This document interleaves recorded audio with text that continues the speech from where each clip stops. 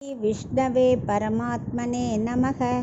शुक्लांबरधरं विष्णुं शशिवर्णं चतुर्भुजं प्रसन्नवदनं ध्यायेत् सर्वविघ्नोपशान्तये.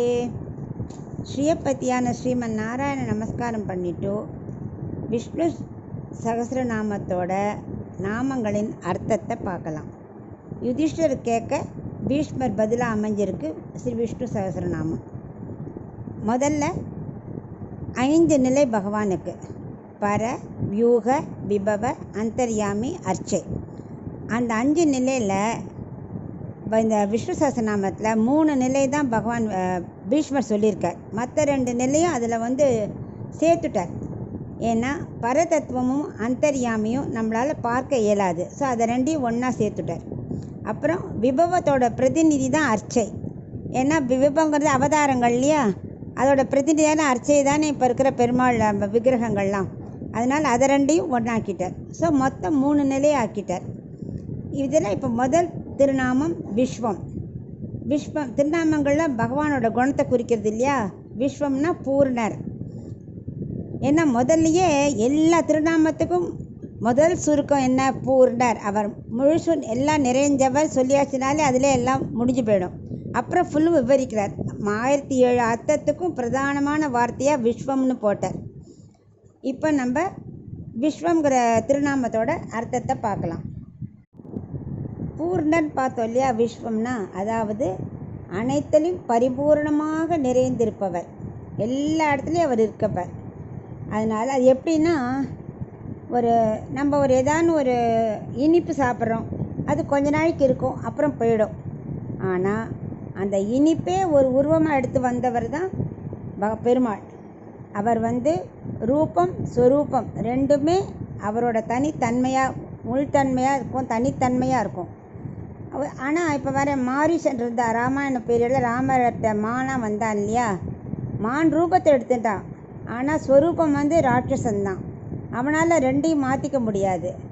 ஆனால் பகவானால் உள்தன்மை வெளித்தன்மை 2ஐயும் மாற்றிக்க முடியும். அதே பன்றியை வராக அவதாரத்தில் என்ன பண்ணார்? பன்றியை அவதரித்தார். அப்போது மற்ற பன்றிகளுக்கு என்ன ஸ்வரூபம் இருக்குமோ அதே மாதிரி தன்னையும் மாற்றினதுனால தான் மற்ற பன்றிகள் எல்லாமே இந்த பெருமாளோட வராகரோட ஒன்றா சேர்ந்து இருந்தது. அதே இது அந்த மான் மற்ற மான்கள்லாம் கிட்டக்கே வரல. பார்த்தோடனே தெரிஞ்சு போயிடுது ஸ்வரூபம் இது வேறு அப்படின்னு. அதுதான் பகவானுக்கு ரூபம் ஸ்வரூபம் ரெண்டும் ஒன்று. அதான் பூர்ணர் அப்படிங்கிறான். அதுக்கு ஒரு சின்ன கதை. ஆயர்பாடியில் நற்செல்வன் ஒருத்தர் இருந்தான். அவன் கண்ணனோட ரொம்ப நெருக்கமானவன். ராமருக்கு எப்படி லக்ஷ்மணர் தொண்டு புரிஞ்சுட்டே இருப்பாரோ அதே மாதிரி நற்செல்வன் தன் வீட்டு மாட்டை கூட கவனிக்க மாட்டான். கண்ணனுக்கே கைங்கரியம் பண்ணிட்டு இருப்பான். ஒழிவில் காலமெல்லாம் அடிமை செய்வான்னு வந்திருக்கா இல்லையா, அது மாதிரி அடிமை, அவருக்கு தான் அடிமையாக இருப்பான். பால் கறக்கிற நேரம் வந்துடும், ஆனால் கொஞ்சம் கூட கவலைப்பட மாட்டான். அந்த மாடு என்ன பண்ணும்? அந்த டைம் வரைக்கும் வெயிட் பண்ணி பார்க்குமா, வரலன்னே தானாகவே என்ன பண்ணும்? பால் சுரக்க ஆரம்பிச்சிடும் ஒரு கட்டத்தில். அது என்ன பண்ணும்? அப்படியே இந்த ஆண்டாள் சொன்ன மாதிரி கணித்திலம் கற்றெருமை கன்றுக்கு இறங்கி நினைத்து முலை வழியே நின்று பார் சோரன்னு சொன்னாலே அது அப்படியே தரையில் ஓடுமா பால். அப்படியே கண்ணுக்குட்டி அங்கே சாப்பிடுமா. அந்த மாதிரி ஆகாது, தானாக தான் பண்ண முடியும். இவன் கவனிக்கவே மாட்டான். இவனுக்கு கண்ணனை கவனிக்க தான் நேரம் சரியாக இருக்கும். உண்ணும் சோறு பருகும் நீர் தின்னும் வெற்றில எல்லாம் கண்ணன் தான் அவனுக்கு. இதை கர்காச்சாரியர்கிட்ட போய் அந்த மற்ற பாலகர்கள்லாம் போய் கேட்டா, இப்படி இருக்கானே, கவனிக்காமல் இருக்கானே, ஆனால் அவன்கிட்ட மட்டும் செல்வம் எப்போ பார்த்தா நிறைஞ்சே இருக்கே, எப்படி அப்படின்னு கேட்டானா. பேருக்கு ஏற்ற மாதிரி அவன் வீட்லேயும் செல்வம் நிறையா இருக்கே அப்படின்னு கேட்டாராம்.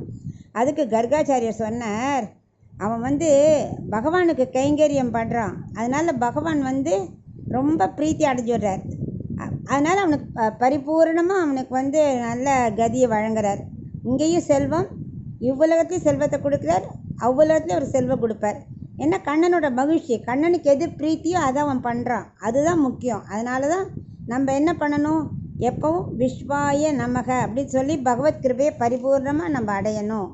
அதுதான் இந்த முதல் திருநாமத்தோட அர்த்தம்.